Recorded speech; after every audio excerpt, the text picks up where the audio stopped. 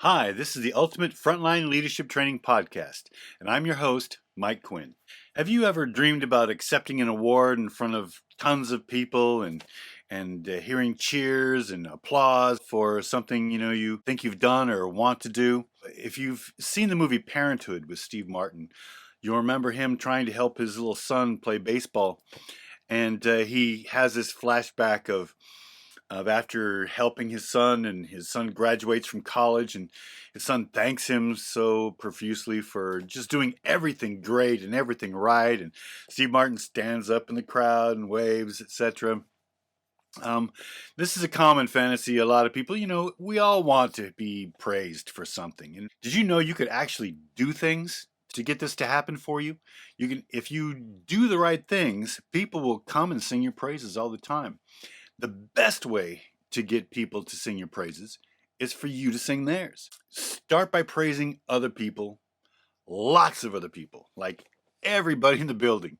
It's easy, it's fun, it's free, it's habit forming. And here are some things that you can praise. You can praise hard work. You can praise for them being on time. You can praise them for being in uniform correctly. Their hair. You can praise their shoes, nails. Anything that you can think of. You catch them doing something good. Praise them for it, etc. What you might want to stay away from, though, is praising maybe their pants or their shirts or something that could be taken as being sexual in nature. You want to stay away from any sexual overtones. All comments should be non-sexual because you don't want to offend the people you're trying to praise. So make sure it's non-sexual at all, and you're praising a specific uniform thing or a specific behavior that they're demonstrated right in front of you. These are things that you can definitely praise other people and get them on your team, because when you say great things about somebody, they like it and they like you for saying it. And what would help too is if you're uncompromised, meaning you don't lie, cheat, steal, you don't have sex with coworkers. You can't have any moral detractions, or people will focus on those things instead of you being a good manager. And maybe all the good things that you're doing are going to be offset by something that you maybe did, by lying, cheating, stealing, etc. As hard as you work for a good leadership skill set, you also need to work just as hard on having as few negative leadership characteristics as you can. But for now, let's just focus on the how to win friends and influence people part of this whole equation. So start by learning everybody's names, their real names. Learn them. Don't just do hey sport, hey Skippy. Nobody likes that. You think you're being cool, hip, and slick. You're not. You're just alienating the people that you just call the nickname that means absolutely nothing to them. What does mean something to them is their name.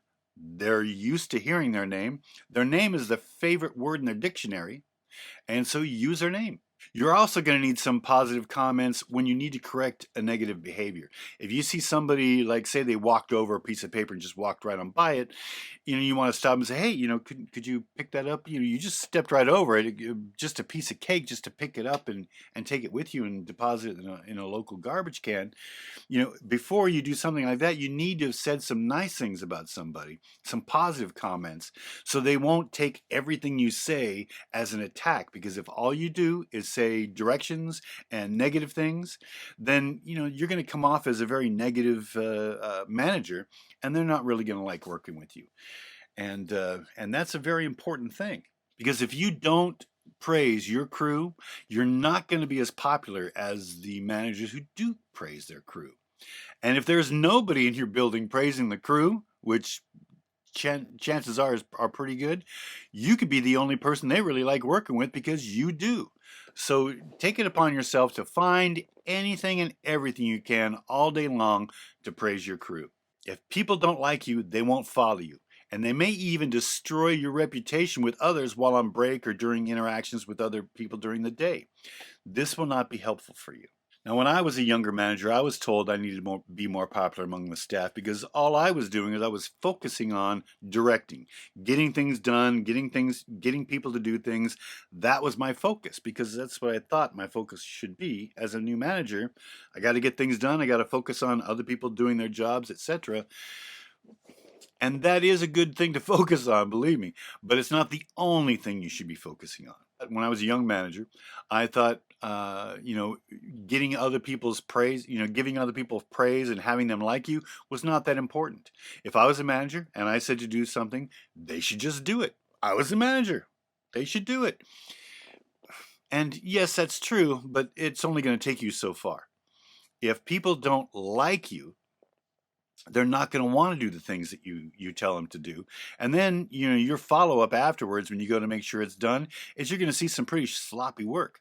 And so instead of having to call them over again and to fix it and to show them how to fix it, and all this extra time and energy could easily be saved by just passing around some compliments and praising people and having a good time with your crew and making sure everybody is happy and having fun and has the tools they need to succeed. Now, if you were like I was when I was young and you doubt the need for people to like you as a manager, ask yourself two questions. One, who is the best manager you've ever worked for? Or who, and if this is your first job, who is the best teacher you ever had? And then, why?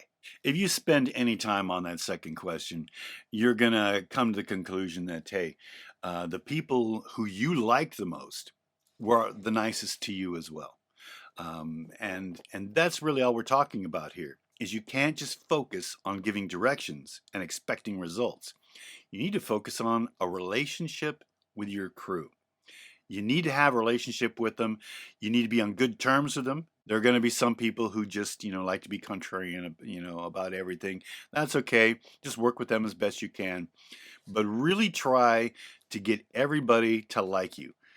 Learn their names and tell them great things about them. You appreciate them coming on time. You appreciate, hey, the fact that they did pick up that paper instead of just stepping on over it. Hey, thanks a lot, man. I really appreciate it. A lot of other people would have just walked right on by. I really appreciate the fact that you stopped by to pick it up. It makes the whole restaurant cleaner. It means, the customers are going to perceive this as being a more professional place, and that's going to be great for your whole company. There could be other reasons why you liked a manager. Maybe they always had everything organized and you always had all the tools you needed to get your job done. There are, always pens and paper, scratch paper, or bus tubs in the right places, or the housekeeping carts were always full, or the laundry was always getting done, or whatever. They were always on top of things, and that's a good thing too. But you also have to be likable. And so it's really important to work on that. Now, beware, it's easy to do this wrong. If you just walk around going, hey, thanks everybody for that great job you did, hey, man, this is a great day. You guys are all doing awesome. Nobody's going to buy that. They're going to be, oh, yeah, hey, great. And then when you leave, it's back to business as normal. What you need is you need three things to make sure that your compliments and stuff are getting to the right places and are being taken seriously. Number one, your compliment needs to be timely. If somebody does something nice, you've got to compliment on them on that very soon after that happened. Otherwise, if you go, oh, remember last Tuesday, that table you took care of over there, they were so happy. I just wanted to say I was really proud of you for that. Yeah, then why didn't you say it last week? All right. So it needs to be timely. It needs to be specific. So you want to talk about that table, talk about that table right now when you happen. Hey, those guys came to me and they talked to me on the way out the door and they said you were a really good server. I just wanted to know I really appreciate the extra effort you put in on that. That made us all look really, really good. All right. So it was timely and it was specific and sincere. It's got to be sincere. Adding that thing that it made us all look really good, that shows that, it made you feel really good too. So you're sincere about that. So make sure that it's timely, specific, and sincere. All right. It's got to be those things, or your praise is not going to work, and you're going to be wondering why I'm telling all these people, all the time they're doing great, but how come nobody likes me? Well, it's because you have to be specific, or they're just going to laugh about it behind your back, going, yeah, Mike really cares about that, right? So, it's got to be those three things to make it successful. Rewards can also be a great way of showing people you appreciate their effort. Small things, if they just, picked up a piece of paper on the way to the garbage can or whatever, toss them a little piece of chocolate, a Hershey's Kiss or a Starburst or something, some small reward for a small effort. It will go a long ways. Medium-sized efforts, you buy them lunch. Customers were sitting there for a few minutes wondering who their server was, and somebody just jumped up and took the table for them. You want to do something nice for somebody like that, buy them a lunch or, comp them a soda or something after work, etc. And bigger things like somebody comes in on their day off to work. You might want to get a gift certificate from another restaurant or some place local that they can go get a sandwich or something. Give them the gift coupon for that. The bigger the effort, the bigger the reward. But make sure you kind of stock up on a bunch of different little rewards and stuff so you can, so you're ready to praise somebody right away when something happens.